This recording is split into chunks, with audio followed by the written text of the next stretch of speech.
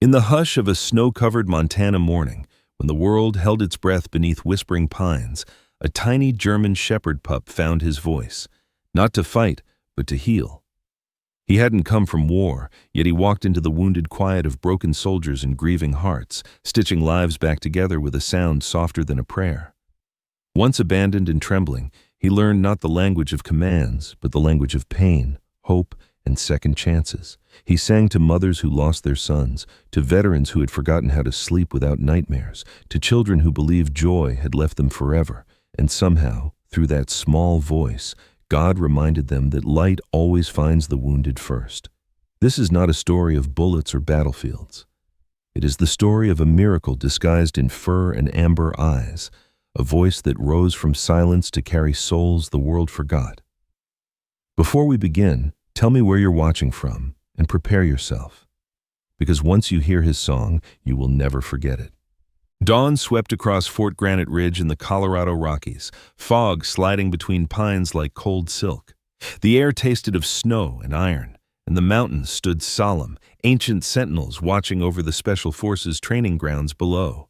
Boots struck frozen dirt in practiced rhythm, command shouts bounced off stone, and discipline hung as thick as the winter mist. To most here, war was memory and preparation, never truly gone, a constant heartbeat beneath the earth. Major Lucas Hale paused mid-stride along the gravel walkway near the abandoned obstacle yard. He was 37, tall and rangy, with a frame hardened by years of battlefield endurance. His black hair was clipped tight, faint silver streaking near the temples. A harsh scar traced from his left cheekbone toward his ear, a gift from the night he lost his K-9 partner Blade during a compound breach overseas. Since then, Lucas carried a certain quiet in his gray-blue eyes, a silence like a shuttered room. Not bitterness, something heavier, determination balanced on grief. Soldiers said he rarely raised his voice. He didn't need to. Pain teaches a man to speak softly and still be heard. The base awoke around him, soldiers jogging, medics prepping drills, radio-static whispering missions no one here could yet see. Yet beneath all that order, a faint, fragile sound broke through. A whimper, thin, weak, a trembling echo in the cold. Lucas stopped, breath fogging in the chill, instincts sharpening like drawn steel. He had heard wounded men make that sound, lost men, forgotten men. He followed the noise to a weather-worn wooden crate half hidden behind rusting training barrels near the old K-9 course. The crate was taped, waterlogged, and shivered slightly from movement inside. Lucas crouched, fingers brushing the lid. For a moment, a memory stung. Sand in his mouth, smoke in his lungs, Blade's last breath. His heart clenched like a fist. He lifted the lid. Curled inside, soaked by snowmelt, was a German shepherd pup. Barely 8 weeks old, fur patchy sable and black, ribs faint but present. One ear stood, the other flopped, and his paws were too large for his tiny frame, a promise of strength waiting to grow. But what struck Lucas were the eyes, amber, bright and burning with stubborn life despite the shaking body. The pup let out a sound, not quite bark, not quite cry, more like a hoarse protest against existence itself. Lucas inhaled sharply. Something raw stirred beneath his ribs. Recognition. Survival recognizes survival. Footsteps approached across crunching snow. Sergeant Mia Carver, one of the base medtechs, jogged up. She was 29, mixed heritage with warm bronze skin, sharp hazel eyes framed by wind-tangled raven hair tied in a low tactical braid. Petite but strong-shouldered, Mia moved like someone who outran ghosts rather than fought them. She spoke gently, but her spine was all steel. She had once worked pediatric trauma. Before a wildfire took her younger brother, pushing her to serve somewhere she could fight back against fate. "Major Hale, you okay?" Lucas didn't answer. He lifted the pup into his arms. The tiny creature trembled violently. Fear, cold, memory, perhaps all three. Lucas folded him into his tactical jacket, pressing warmth against fragile bones. Mia's voice softened, alarm dissolving into something else. "Someone left him out here?" Her jaw tightened. Cowards. Lucas stroked the pup's head once, an instinctive gesture he didn't realize he'd made until after. He wasn't crying to be saved, Lucas murmured. He was refusing to quit. The pup squirmed, tiny paw pushing weakly against Lucas's chest like a soldier trying to stand again. "What are you going to do with him?" Mia asked. Lucas's tone was steady, but inside something loosened, a restraint that had held since Blade's final whimper. "He stays with me." Mia blinked, surprised. Lucas Hale did not adopt, attach, or bend, yet here he was, armor cracked by a shaking heartbeat. He looked down at the pup. "Saul," he whispered, "little son." Saul blinked slowly, as if accepting the name, then exhaled a tiny sigh and rested his head against Lucas' collarbone. Trust, fragile and frightening, settled like dawn through storm clouds. Later that morning, Lucas entered his office, the pup nestled in a folded fleece. The walls held silent medals and a single framed photo of Blade beside a younger Lucas, both fierce and alive. Now another pair of eyes, smaller, unbroken, watched the world from that same corner. Lieutenant Parker Mills, the logistics officer, knocked and stepped in. He was mid-40s, thick build, buzz-cut blonde hair beginning to recede, laughter lines on his face though his eyes held perpetual wariness. A career soldier, honorable but weary, still wearing an invisible weight for the men he lost in the Panjshir ambush years ago. "Sir, supply shipment list." He froze. "Is that a dog?" Lucas didn't look up from reviewing mission files. "It is." Parker's brows rose, suspicion wrestling with relief, like he'd just seen a long-dead star flicker back to life. "Never thought I'd see you with another one." Lucas didn't respond. He didn't need to. Saul shifted, nudging Lucas' wrist with tiny insistence. Parker's expression softened. "Cute little guy. Looks like trouble already." Saul let out a tiny rumbling growl at him, not fear, but declaration. "I exist. I matter." Lucas's lip lifted, almost a smile. "He doesn't fear noise," he said quietly. "Or cold." "Good," Parker muttered. "This world needs fighters." Lucas looked at the puppy's sleeping form.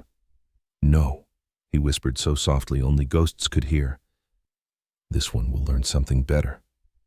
Before Parker could reply, Saul suddenly stiffened. His ears perked, tiny body tense. Lucas frowned. No sound. Reached human ears. Yet Saul trembled, staring at the window toward the mist-covered tree line beyond base borders. Mia reappeared at the doorway, concern etched. "Major, you feel that?" Lucas nodded. Something unseen had shifted. The air carried a pressure, like the pause before a detonation. Saul whimpered, not from fear but recognition. Something from his world, or Lucas's, lingered unseen. Lucas whispered, "It's all right." But his voice lacked conviction. Saul didn't relax. And outside, the mist thickened, swallowing treetops like breath before a storm. Something had come hunting the mountain, and it wasn't finished yet. Snowmelt trickled down the gutters of Fort Granite Ridge as winter loosened its grip. Morning drills thudded through thin, sunlit fog, boots pounding frost-slick soil, each cadence a heartbeat of discipline. The mountain wind carried cold pride, metal and pine mingling, the rhythm of a bass breathing in uniform precision. But beneath the order, laughter and bewildered murmurs had begun to ripple, all because of one very small newcomer with very unexpected ideas about how the world worked. Saul had been at the base only 4 days when the first incident happened. A crisp sunrise cast amber across the training quad as the Bravo platoon marched in synchronized lines. Major Lucas Hale, stoic and sharp-jawed, watched quietly, Saul sitting beside him wrapped in a wool blanket like an indignant burrito. When a recruit miscounted steps and threw the formation off, Saul didn't bark. Instead, the little shepherd pup lifted his head and produced a sound that was half-groan, half-melodic complaint, like a tiny opera singer criticizing tempo. At first, there was stunned silence. Then, one soldier snorted. Then another. Laughter cracked through the morning air, sharp and unstoppable, rolling until even Lucas's lips twitched against his will. It continued. When Lucas rose later that week, looking stiff, lingering pain from an old femoral shrapnel injury tightening his leg, Saul marched to the bedroom door, sat firmly, and issued a series of clipped tones. Clear scolding. Lucas opened the door to see the pup glaring with all the authority of a battalion sergeant. Lucas blinked once. "Yes, I know I'm late," he muttered, rubbing his thigh. Saul answered with a soft rising whine that sounded suspiciously like dramatic disappointment. Word spread. Men who hadn't laughed in months found excuses to walk near Hale's quarters. Hardened operators pretended to patrol past, secretly hoping to witness the singing puppy again. Humor had crept into the cracks of a place shaped by steel and scars, and it felt like sunlight in winter. Then Dr. Eliza Monroe arrived. She strode into the canine wing carrying a tablet and a steaming travel mug that smelled of roasted hazelnut. Early 40s, tall and graceful but with a no-nonsense stride, she had warm brown skin and tightly curled black hair pulled into a braided bun. Her dark eyes were gentle yet intensely observant, the kind that saw not only wounds but the world that caused them. Once a civilian veterinary neurologist and combat med evac specialist, she joined the military after losing her brother to a deployment accident she believed could have been prevented. Her compassion was precise, sharp, almost surgical in its clarity. She didn't waste sympathy. She applied it like medicine. She knelt in front of Saul, who sat atop Lucas's tactical boot like a king on a stone throne. "Hi, little bard," she murmured. Saul offered one small, dignified, and Lucas felt his brows lift. "He does that," Lucas said, deadpan. Eliza lifted a brow. That was modulation, purposeful. She raised her tablet, recording as she tapped a small metal tool against the table. Saul responded with a tone matching the pitch. She tried again with the rustle of paper. Saul's reply rose softer, questioning. Her lips parted slightly. He's not just vocalizing, he's mapping the emotional tones in his environment. That's astonishing. Lucas's jaw set, protective instinct stirring like an old reflex. He's just expressive. Eliza didn't break eye contact.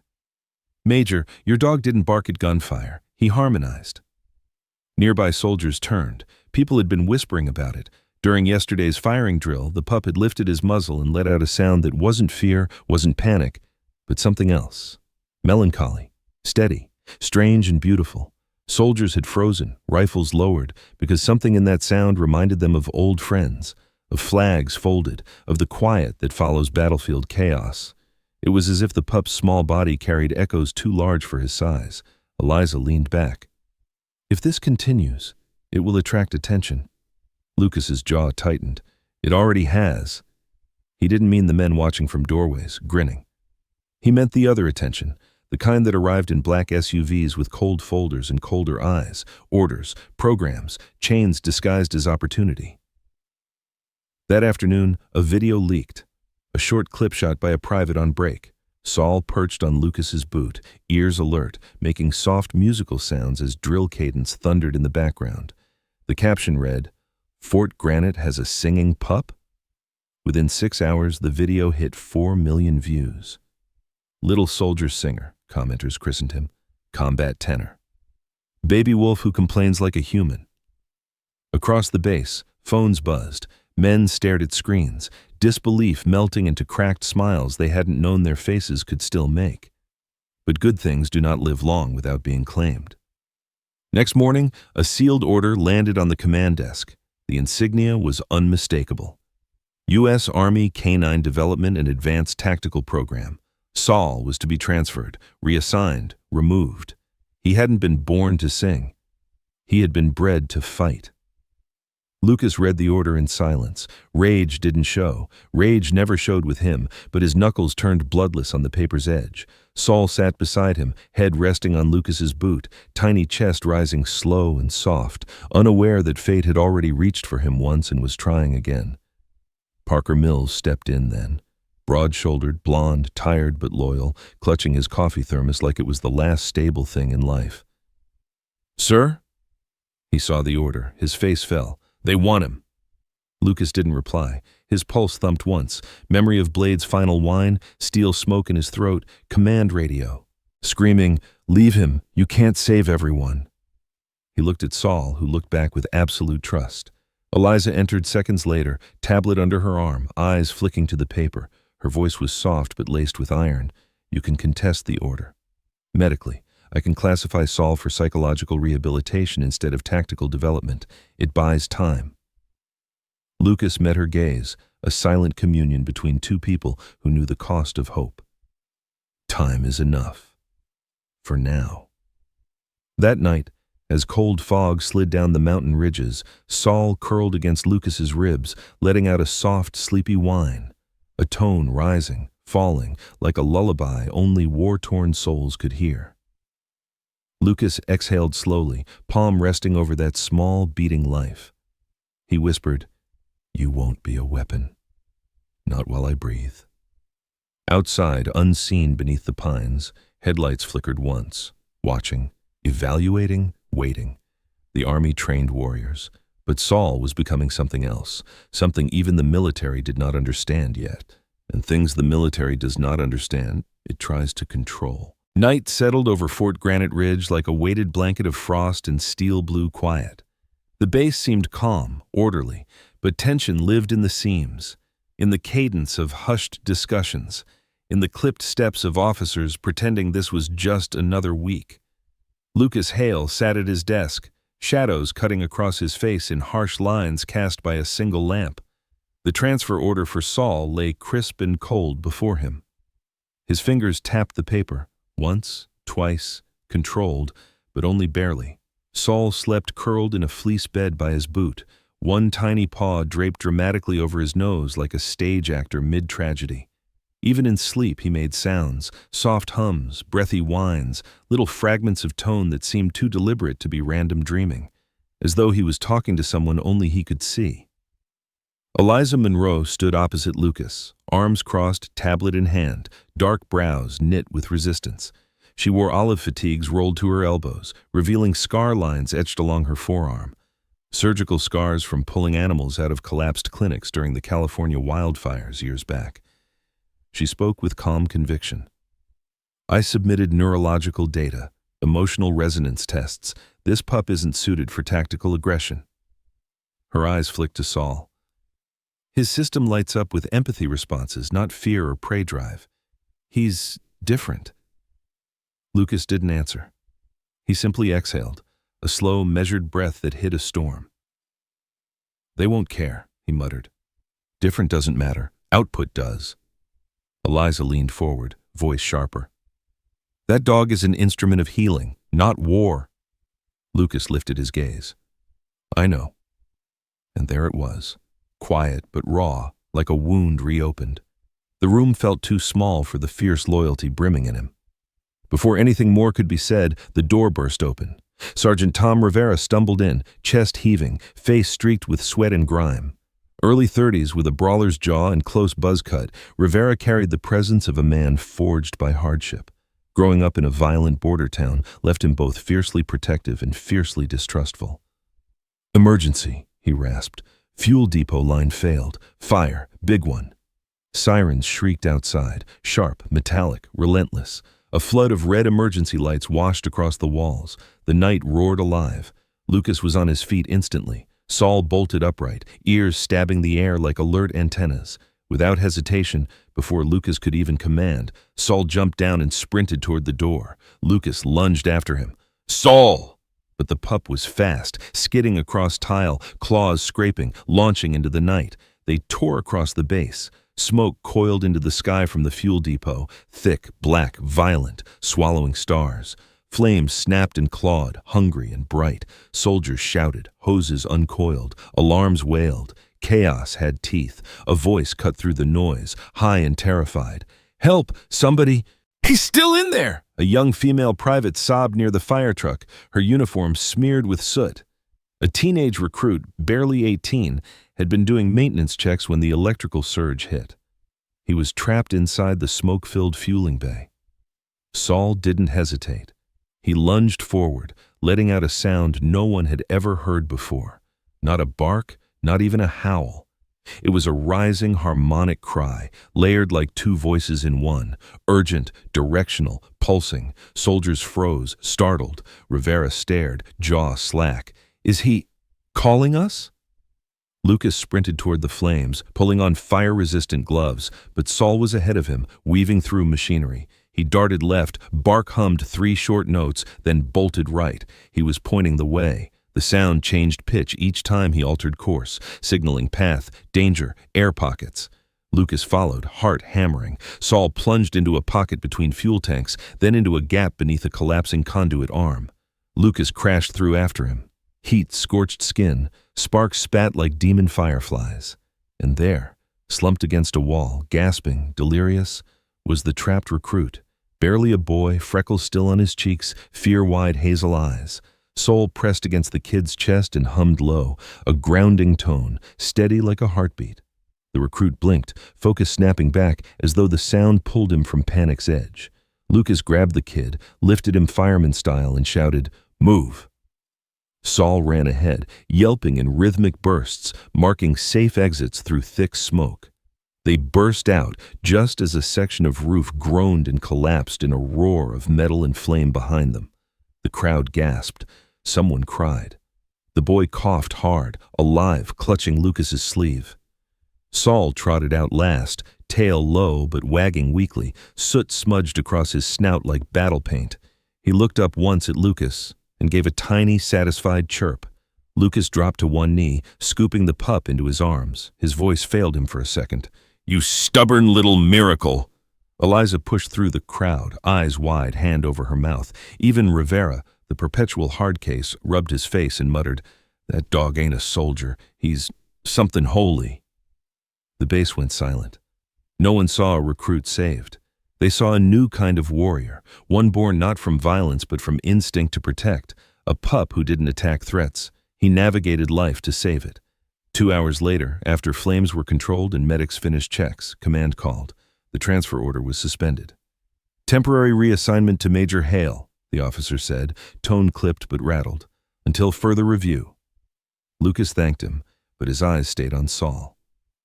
That night in quarters, Saul curled by Lucas's boots again, heaving a slow sigh, one deep, almost sorrowful note, not fear, understanding.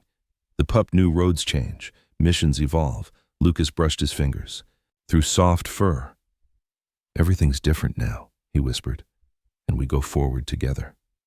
Outside, midnight swallowed the base in silent snowfall. But inside, between one soldier and one small beating heart, a bond stronger than orders had formed, and something unseen in the world trembled in recognition. The road ahead wasn't safe, but it was theirs, and no command could unmake destiny once it had chosen a voice. The morning Lucas left Fort Granite Ridge, the mountains hid behind veils of thin winter mist. Snow hadn't fallen yet, but the air held that expectant stillness, the hush before a world exhales white. Saul sat in the passenger seat of Lucas's truck, tail curled neatly around small paws, head resting on the window frame, ears pricked forward as though sensing the weight of departure. Lucas didn't pack much. A duffel with uniforms, a single framed photo of Blade, and a wool blanket Saul had claimed as his throne. He didn't know if this was temporary exile or the beginning of surrender, but his heart told him the base, for now, was no place for miracles. The letter lay on the dashboard. Handwritten, gentle cursive, pressed into cream paper now smudged by Lucas's thumbs.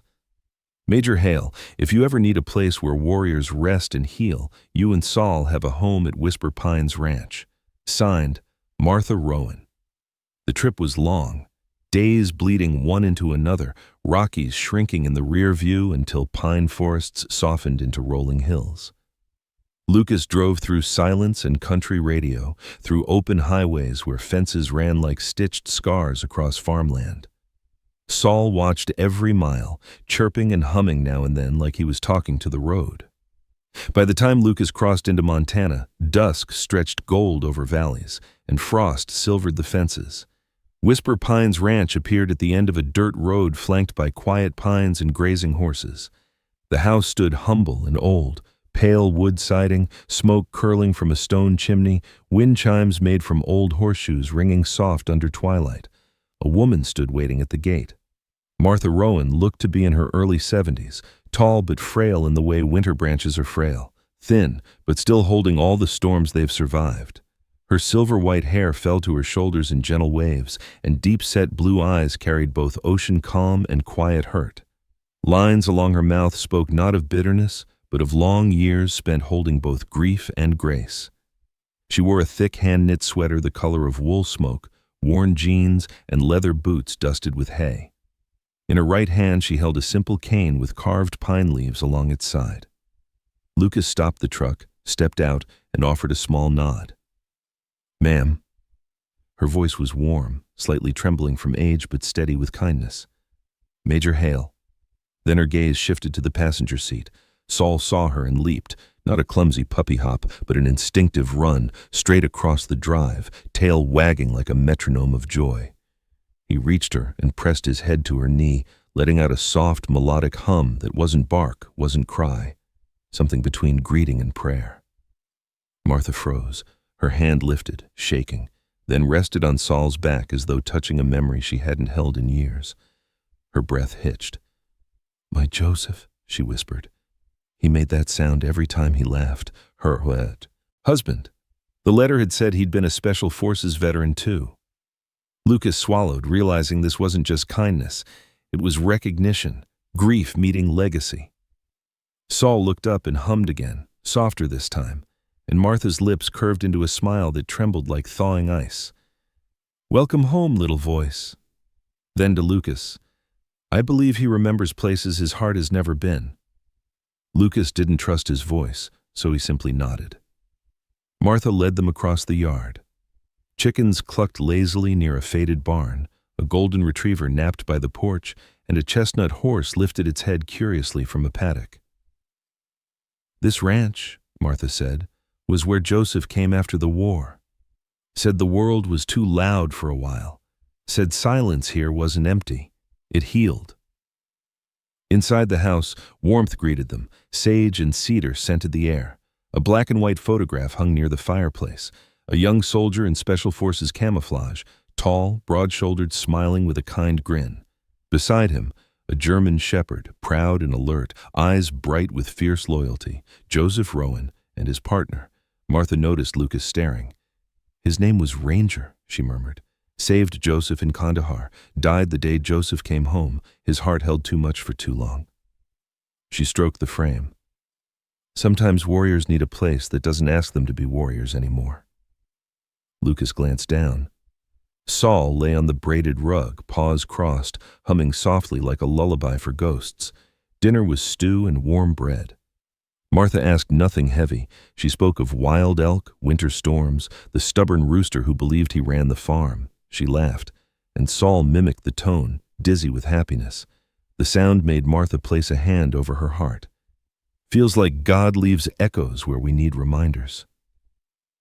Later, Lucas stepped onto the porch. Stars pierced the night sky with fierce clarity, endless and cold. He had known deserts under starlight, mountains under gunfire, nights stained by loss. But here, silence felt like mercy. Saul nudged his leg, then lifted his muzzle and sang, soft, trembling notes rising and falling like mountain wind through pine needles. Not war, not warning, peace. Martha joined them, wrapped in a wool shawl. "He's not just surviving," she said quietly. "He's teaching." Lucas looked at her. "Teaching what?" "That voices born in sorrow can still learn joy." Saul curled beside him, laying his head on Lucas's boot just as he had in the barracks. Lucas knelt beside him, hand buried in warm fur. "He deserves this," he whispered. Martha smiled gently. "So do you." And for the first time since the explosion that took Blade, since the guilt and silence and steel years that followed, Lucas believed she might be right. Somewhere in the trees, an owl called. The wind shifted, carrying peace, but also something else. Change, fate, and though this place felt safe, the world. Beyond the pines was moving still. Autumn arrived quietly in Montana, the kind of autumn that doesn't announce itself with brass and wind, but with a shy whisper. A single golden leaf twirling past the barn door, frost settling delicately on morning fence rails, and the gentle hush of snowflakes that came too early yet were welcomed like returning friends. Whisper Pines Ranch breathed in that stillness, and so did everyone who came here. 3 years had passed. In those years, Whisper Pines transformed, not in grand dramatic strokes, but in small ways that mattered. The old barn got new beams and fresh white paint. The chicken coop expanded, the paddock fence straightened. Lucas Hale, even from afar, refused to allow a crooked fence on a soldier's ground. But the biggest change wasn't wood or walls. It was people.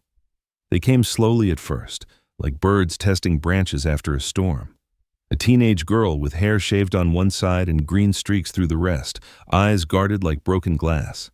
She had lost her parents in a car crash. Grief left her too young and too old at the same time.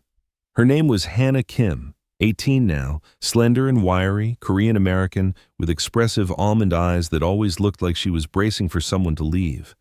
She rarely spoke when she arrived, but she stared at Saul with a kind of disbelief, as if she didn't trust hope to exist. There was Richard Boone, a Marine veteran in his mid-50s with a salt-and-pepper beard and thick shoulders that looked like they once carried the world, until it fell on him. PTSD lived in his eyes like a restless tide, but he spoke softly, almost shyly, and always apologized when anxiety tightened his breath. He cooked breakfast for the kids sometimes, always too many pancakes, as if afraid someone might go without. And there were others. Widows, foster boys on the edge of breaking, quiet men with heavy eyes, women who carried grief in their bones but hope in trembling palms. Whisper Pines wasn't a clinic or a program. It was a place where nobody asked you to be strong, but somehow everyone learned to be anyway. At the heart of it all was Saul. 3 winters ago, he had been a trembling puppy fighting to exist. Now, he moved like a quiet guardian, sleek sable coat glimmering, amber eyes warm with infinite patience. He was no longer the size of hope. He was hope. Every morning he woke before sunrise, climbed the little ridge overlooking the valley and sang. Soft notes carried on cold breath, as if greeting heaven before humans awoke. Children called it his morning prayer. If someone laughed, Saul chimed a little tune like a flute trying to mimic sunlight. If someone sobbed into their palms, he lowered his pitch, letting out slow hums and gentle whines that seemed to gather broken pieces and hold them safe. Hannah once sat on the porch crying into her sleeves. Saul simply rested his head in her lap and hummed steady until she whispered through tears, "I hear you." Martha Rowan watched it all. Time had softened her posture but sharpened her grace. Her hair, pure silver now, framed gentle wrinkles carved by smiles and storms alike. She kept a leather-bound journal, the cover etched with pine needles, the words burned by hand, Saul's journal. Inside she wrote daily, in flowing script, Day 742.